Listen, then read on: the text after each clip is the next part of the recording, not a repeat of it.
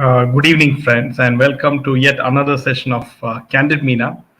And friends, today we have a lot of interesting news lined up, and we also mentioned the fact that we just recently that Aditya Thackeray, may leave the country as according to Mr. Nitesh Rani, and we'll be following up on this, and it is quite interesting that.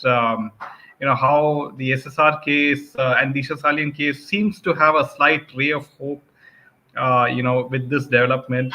And the onus is on, the BJP party with Devendra Fadnavis to at least, demand the update from the CBI.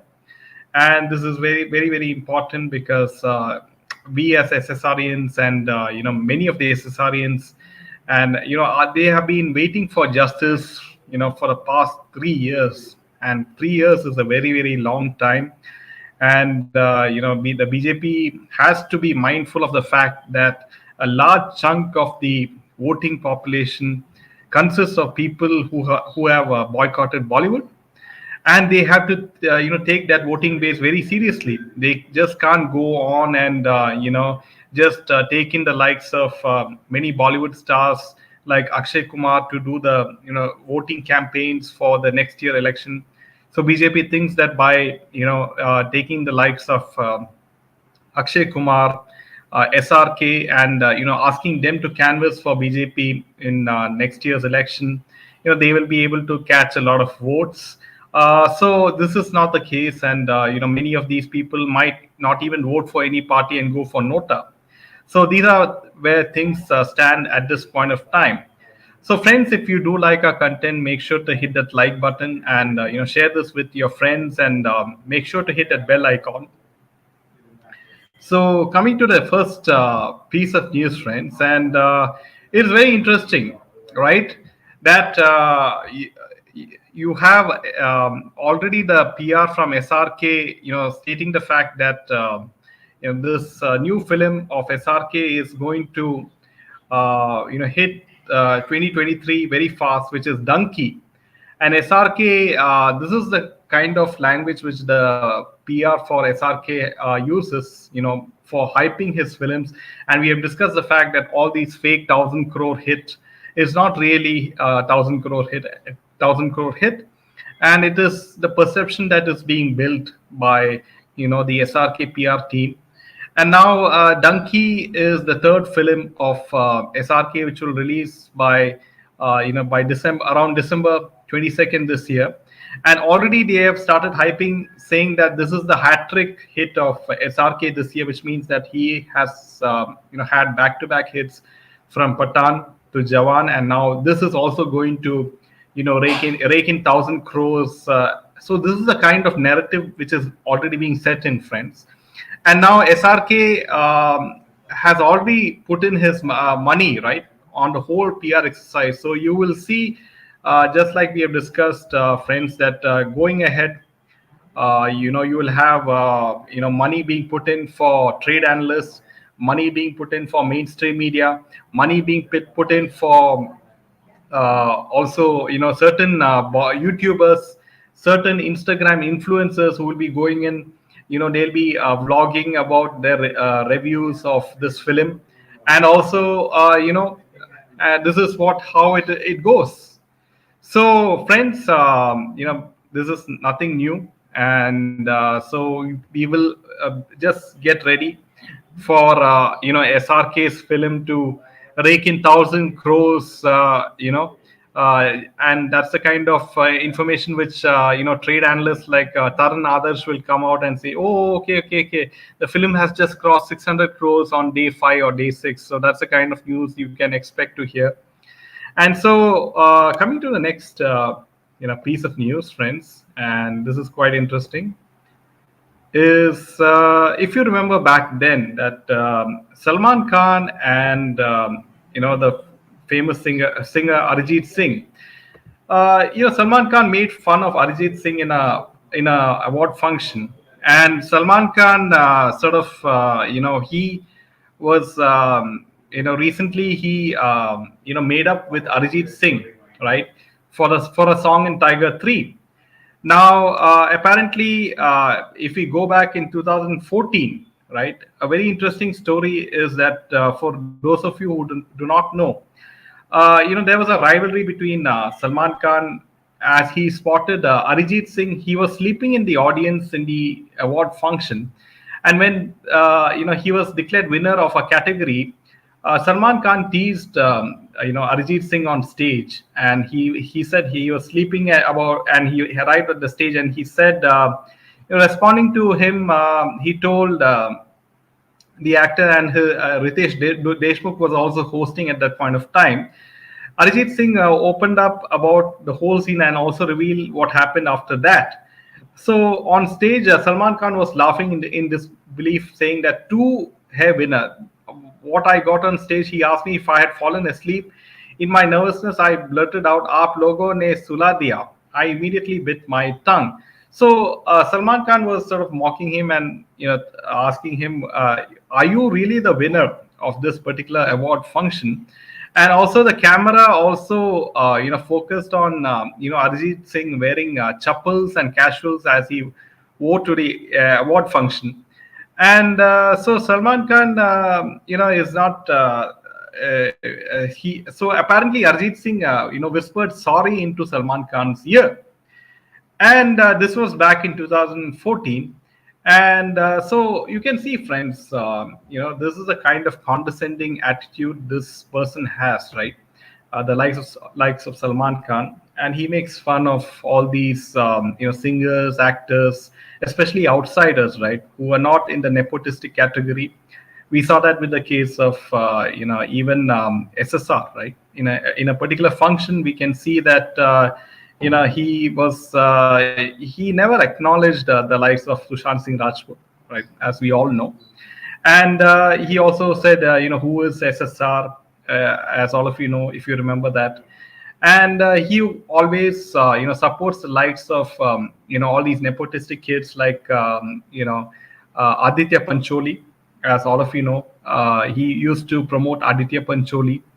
And but after Jia Khan's death, he was a bit weary of promoting Aditya Pancholi. Now, also, if all of you know that he is the host of Big Boss 17, and it's like he's promoting the likes of Ankita Lokande and her husband. He also promoted, of course, Shehnaz Gill. So all those actresses, who were involved romantically with people who have passed away, legends who have passed away, like Sushant Singh Rajput, Siddharth Shukla, right? So these are, interesting questions as to why is he promoting these wannabe actresses, if I might say, who do not have any, talent, or who do not have any hit film, right, to their name. Why is Salman Khan promoting the likes of Shehnaz Gill? Why is Salman Khan promoting the likes of Ankita Lokande and giving them limelight and importance, right? So we all know that this is how the cabal works, and anyone who does not stick to the rules of laid down by what the cabal says. We are talking about decision makers of the cabal, of the Bollywood cabal, like Karan Johar, Salman Khan, Mahesh Bhatt, Ekta Kapoor. So all these people, decide, whether or not you will become a success in Bollywood, whether or not you will get, brand endorsement deals, whether or not you will get to be the brand ambassador of, all these foreign and Indian brands. We saw how yesterday that Ranveer Singh is a leading person when it comes to brand advertisements, right? He makes around $180 million a year. Then only followed by Alia Bhatt, which you see in each and every ad. If you open your smartphone, if you open your TV, you see Alia Bhatt everywhere, right? She's endorsing anything, right from an ice cream to a scooty, and everything which you can think of, right? And why can't these opportunities be given to normal people or normal outsiders, or even sports people, or even scientists, right, who have achieved a lot in life? So you can see how the advertisement industry, the talent management agency, the actors, actresses, all are very, and of course the politicians, right? The politicians at the top, and so that's how it's a very small world, and that's how it is. You get. All these outsiders, if they don't abide by what the people say, they are thrown out, just like that. So, coming to the next piece of news, friends, and this is what is our main story: is that Bollywood is using social media influencers, right? And this is the strategy which is being deployed by Bollywood. That is, they are now going for YouTubers. They are going for Instagram influencers with large followings. So, all these influencers will have millions and millions of Instagram followers or YouTube subscribers. So now the latest is Mohak Narang. So that's the guy who you see on the picture. He's a model and influencer. He walked for Park Avenue City Casuals at Lakme Fashion Week, and apparently, he is being promoted. He has 4 million subscribers on YouTube and 3.6 million followers on Instagram. And he's buttering the likes of Bollywood by saying that Ranveer Singh has amazing style, and so does Urfi Javed style. So what are you talking about, Urfi Javed? Does she have a style at all? Because each time I see Urfi Javed in the most ridiculous kind of dresses, she's always overexposing herself just to get some sort of attention and negative attention on her. He also revealed that SRK is one of the most stylish people. He said that he is very charismatic, stylish, and he also said about Urfi Javed is that he diversity in style is what makes the fashion industry so exciting, and I believe everyone should be free to express themselves the way they want. Okay, this is how he praised Urfi Javed. And it's kind of ridiculous how these people get so much of fan following on Instagram and YouTube. Also, he addressed Ranveer Singh's style game, and he said, "I think it is refreshing to see someone who doesn't conform to norms and is not afraid to express themselves through clothing." So I really don't understand, the kind of uh, I don't understand what attracts the youth of India to follow these kind of people, who have hero worship for all these ridiculous people like Ranveer Singh, Urfi Javed, and more. So you see how Bollywood is using the faces of YouTubers and Instagram influencers to push their agenda. So, friends, I seriously hope that this video is shared by as many people as possible, because youngsters have to be aware as to how they are trying to push the agenda through different tactics, if I might add. Now, coming to the next piece of news, friends, and it is about Karan Johar. Now, Karan Johar comes out all of a sudden, and he is now criticizing the South Indian film industry. And he said that he cites the names of films like KGF and Pushpa, and he said that they are learning all the wrong lessons from South Indian films.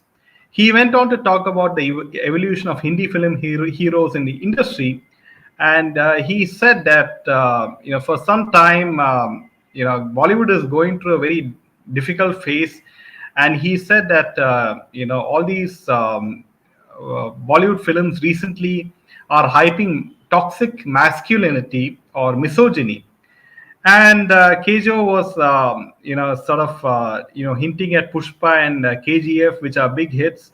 And we don't want to see soft characters anymore. We don't want to see vulnerability. We don't want to see flawed men, because the men in this country, generally have gone back to being angry, but Hindi cinema hasn't even got the anger right. Kabir Singh is Arjun Reddy. It is not even authentically Hindi. So he said that misogyny is not an answer for development, and so apparently he is, taking, he is criticizing South Indian films for being misogynistic, which is, sort of hyping toxic masculinity through films like KGF and Pushpa. So, friends, what does this remind you of? Even the likes of Riya Chakravarti. She slammed patriarchy, right? Even in the recent interview with Rajdeep Sardesai. So Bollywood is criticizing patriarchy is toxic and all those things, and this is because Bollywood is following the ideals of the Illuminati, as we have all discussed, that they like the woke philosophy, in which they criticize men in India, and also patriarchy and all those things, so that they can consciously or unconsciously influence the youth of India into not stepping into marriages also, and also they want to destroy the fabric of Sanatan Dharma, as we all know, and that's the reason why they make fun of Sanatan Dharma in films like OMG 2, and but the censor board has become strict over the time, and they have sort of learned their lesson by just recently, because they made a lot of they told the makers of OMG 2 to make a lot of edits, and it's a good thing that the censor board is finally realizing that people are not going to take things lightly anymore in India. And if they criticize Sanatan Dharma, be it if you are a filmmaker, if you are a brand which makes an advertisement, you will have to face the brunt if you make any video or statement which makes fun of Sanatan Dharma or Hinduism. And that's a very good thing that people in India are waking up, right? Especially the youth. They are becoming aware of what is the exact agenda that Bollywood is peddling, all through these years. Because before, we didn't have social media, we didn't have the internet, and now with all these tools like the social media, and you have more and more awareness which is being coming through, and that's the reason why Akshay Kumar, people like Akshay Kumar are becoming nervous when the youth of India are voicing their opinions, right? They are criticizing each and every actor and actress in Bollywood and also in the South Indian film industry. So slowly their influence is going down exponentially. I must add, right? So coming to the next piece of news, and this is very, very interesting, friends. Look at the timing of this news, friends, and this is the latest from Maharashtra politics. And a day after announcing retirement from active politics, former MP Nilesh Rane withdrew his decision after meeting Fadnavis in Mumbai. BJP's Minister Ravindra Chavan met Nilesh Rane at his residence in Mumbai. The two held discussions for more than 2 hours. Later, Chavan and Nilesh Rane went to Fadnavis's bungalow Sagar. Chavan told media after discussions with Fadnavis, Nilesh Rane has agreed to withdraw the resignation to step down from politics. Fadnavis is giving audience to Nilesh Rane, told him to dedicate his time for organization. He was told to continue working, and senior leadership of BJP was in the know of every development and would take note. Nilesh Rane categorically told not to take his grievances in public. Instead, he should bring it to the party forum. Nilesh Rane, as Congress candidate, first contested Lok Sabha polls from Ratnagiri in 2009. So now you can see that Nilesh Rane has withdrawn his retirement from politics, and you have he's a very important part of BJP, and BJP is not letting him go. And his brother, Nitesh Rane, right, just recently came out saying that Aditya Thackeray, may leave the country after Dasara because there's some sort of proof, which in the connecting Aditya Thackeray and maybe Disha Salian. So, but whatever this proof is, he has the proof in a pen drive. That's what he said, right, Nitish Rane. So, if this is true, then BJP should support Rane as well, right? Why would he stop Nilesh Rane from resigning from the party and taking him to and asking him to take back his resignation? Why not support Nitish Rane, his brother, also, right? Who is now looking at the SSR and Disha Salian case. So this is a very interesting news, friends, and this is how politics is being played at the highest level. So coming to the next piece of news, friends, and it's very interesting. And there is Raj Kundra. Now, Raj Kundra seems to weave a sob story, and he seems to be trying to gain some sort of sympathy from the public. And he's making, and as all of you know, he's going to make he has made a film, based on his arrest, and it is called UT69. It releases on November 3rd, and apparently he opened up about his jail sentence. As all of you know, that he was arrested by Mumbai police in July 2021, along with IT head of his company Ryan Thorpe. The arrest was made for allegedly producing and distributing porn films using a subscriber-driven mobile app called Hot Shots. He was booked under sections 420, which is cheating, 34 common intention, 292 and 293 related to obscene and indecent advertisements and displays of the IPC, besides sections of IT Act and Indecent Representation of Women Act. Raj Kundra was granted bail on September 2021 after Mumbai police filed a charge sheet against him. So now he has made a film regarding his time spent in the jail. And he said, I really broke down enough probably to end things inside. I won't use the word, but I was afraid. There was so much of humiliation, reputational damage, but because of me, media went behind my wife, children, and parents. That was painful. I knew what was going on outside. So apparently, what is quite apparent is that, after he was arrested, Raj Kundra has to know the law of karma, right? Right. Even if you have so much of money and power, ultimately karma does not distinguish if you are rich or poor man, or if you have a lot of contact, if you have a lot of political power. Karma does not spare anyone, right? And we see this in the era of Kali Yuga, right? And this is an example of Kali Yuga, and where karma has become the most efficient. You saw the complaints from various actresses against him, right, alleging that he mistreated all these actresses according to these actresses' allegations. And if these allegations are true, right, he this is what he gets, right, according to the law of karma. But at the same time, he was very much impacted because he avoided media attention, after being on bail, because he always used to wear all those kinds of ridiculous helmets. As all we know, he also, wore all those weird helmets. Even he wore an Iron Man helmet, if I'm not mistaken. So it's just now that he has, come to, full public attention without wearing a helmet, and he has made this kind of biopic on himself, and I really I'm not surprised that Bollywood always makes films on negative characters. They glorify gangsters, dons.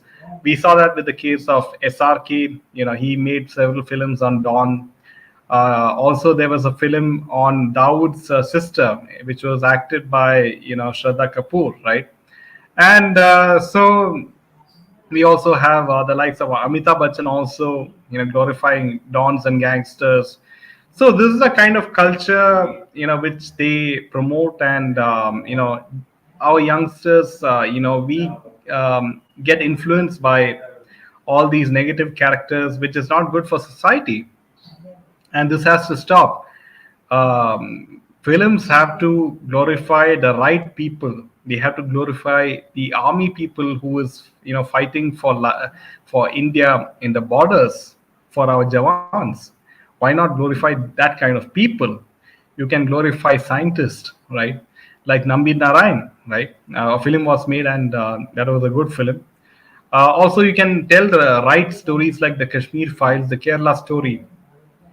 So that's the kind of stories that people want to hear, and those are genuine stories, and that's why it is becoming very, very big hits, and it is becoming very big organic hits, where people are going to the theater and watching the films, right?